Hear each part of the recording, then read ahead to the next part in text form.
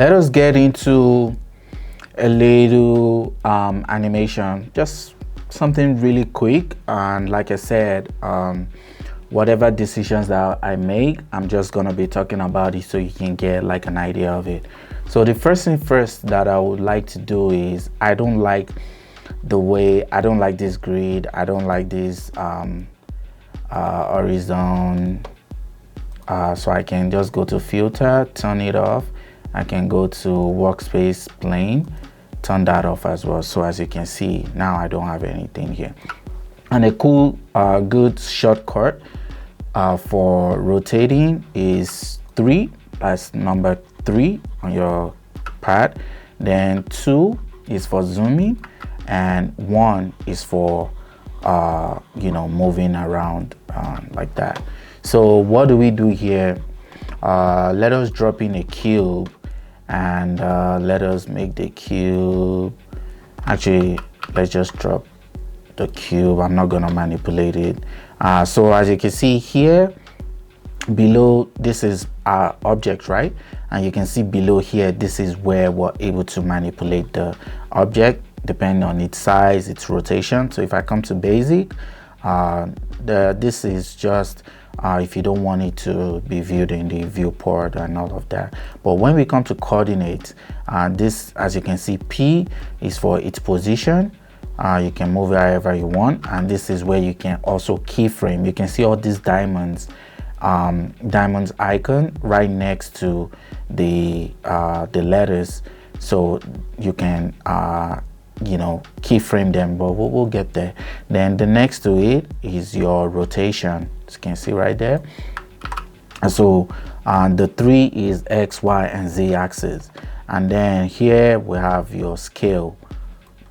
So that's it for that. So so now I have a cube. I want to have a ball bounce on the cube, and sort of like a bouncing ball basically. So we have our cube. Now I can use 2 to zoom in, and don't forget, if you're not yet used to the shortcut, you can always come here, zoom in and zoom out. And then if your object is like far away, or you lose your object, let's say, oh my god, I don't know where my object is, and you're like using 3, you're looking for it, and what do? A good tip is just press O. It's gonna look for it wherever it is, and it will bring it to space. So as you can see here, so we have our cube. Let's see, right there, zoom into it. I want to make sure that I'm looking in the x-axis.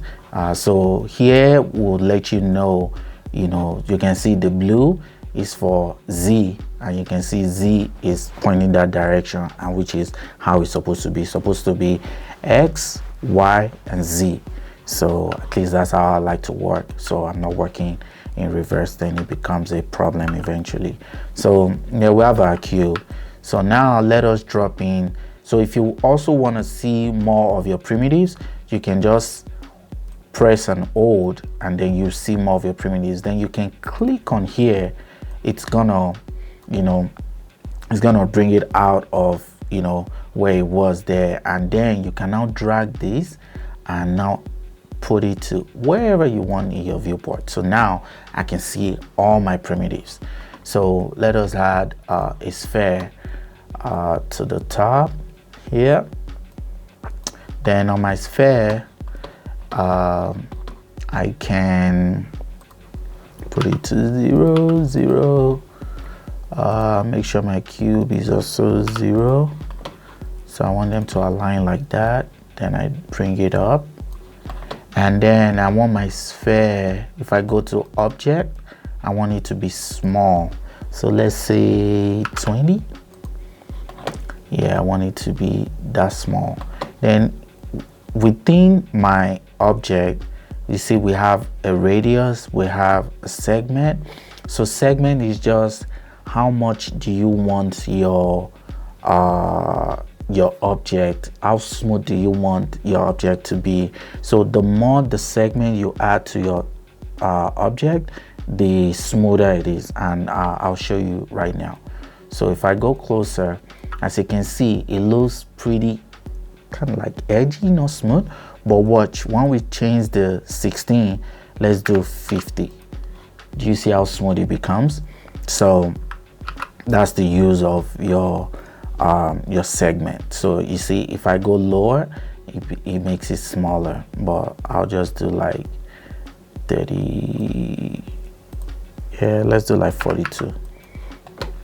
So we come back out, and if you need to align your sphere closer to the, you want to be precise, what you can do is come to the toggle menu view here, where you can see all your different viewports, and then you can see right for front, I can make front bigger, and then I can zoom in like that, and then I can bring it down just to make sure you know, I have my, you know, ball, my sphere right where I want it to be. It's not perfect, so what I can do is still put this here and actually zoom in for the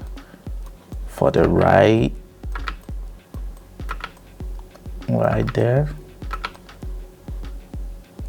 So we want it to hit this, so and then I can just zoom out of this one and just slowly pin it there. Actually, it's not working, so what I can do is I can come here. They did start a snap. Okay, it's right here, so I can come here to enable snap, and then I can make it snap to my what's it called right there. Yeah, right there. Let's see. Another thing I can do is come to coordinates and just try to 120.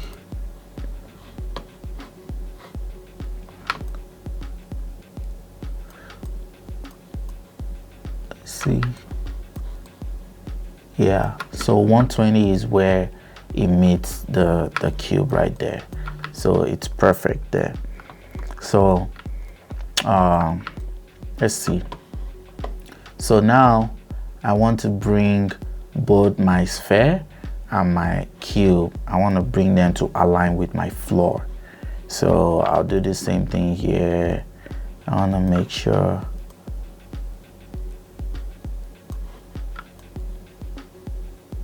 still not it.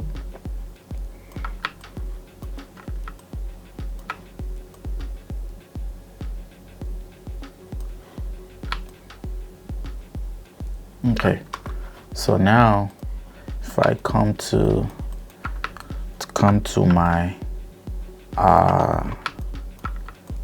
my perspective view, so we'll just have the sphere just sort of bounce on the cube like a ball. So let's do that.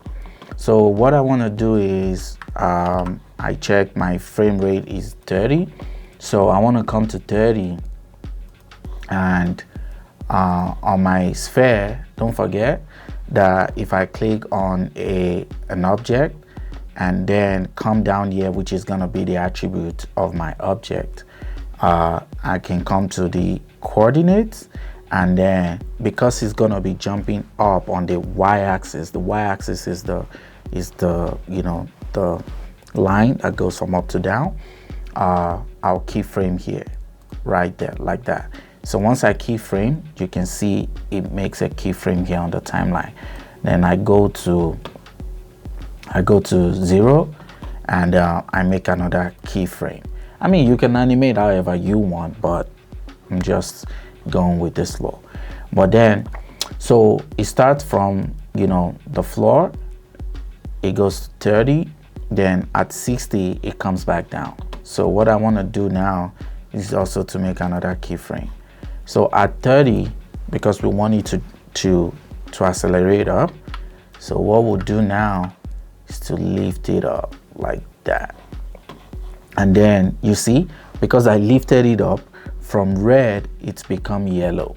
So the yellow means, hello, I need a keyframe. So because if I don't click on it to give it a keyframe, just watch, it's gonna be back to its normal state.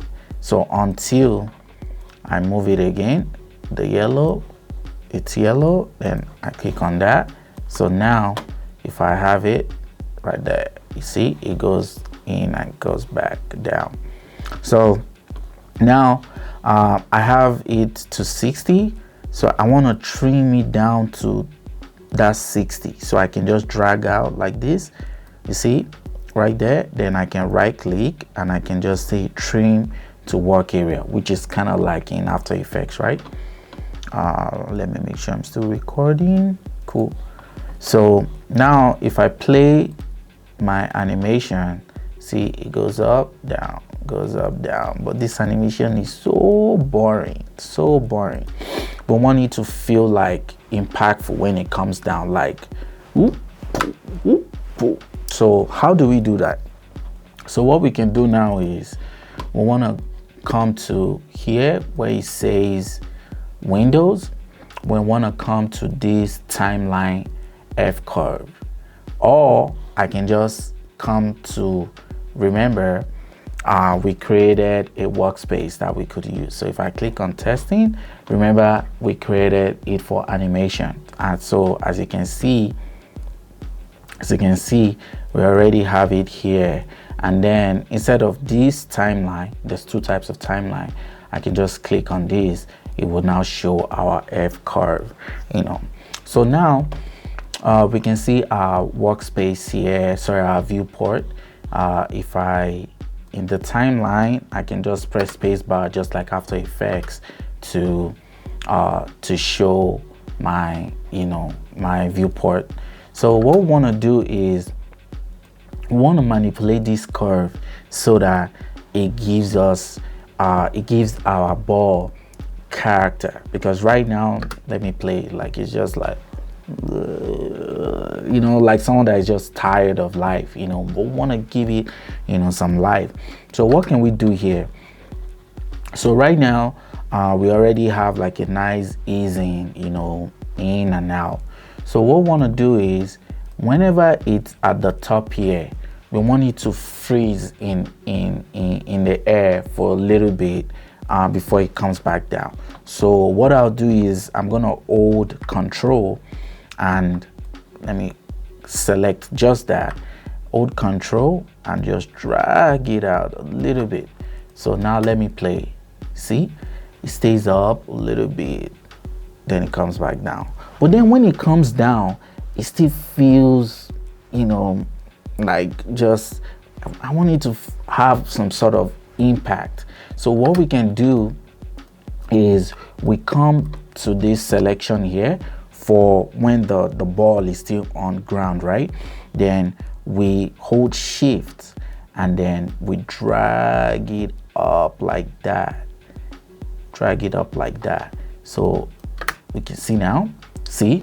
Now there's a more like a force, like boom, then it holds down. So now we also want the same energy that it uses to jump up. We want that same energy when it falls down. So we're gonna do the same thing to when it falls. Don't forget, hold Shift and drag it to the top like that. So now let us play. See? Boom, boom, goes up, boom. So just like that, voila. So that's really, you know, sort of a way that you can manipulate your animations in the timeline just to give your animation more character. Definitely in more tutorials we'll be diving into more of this, but I just wanted to use this to kind of just give you guys an idea of what you're able to do in, you know, in this software.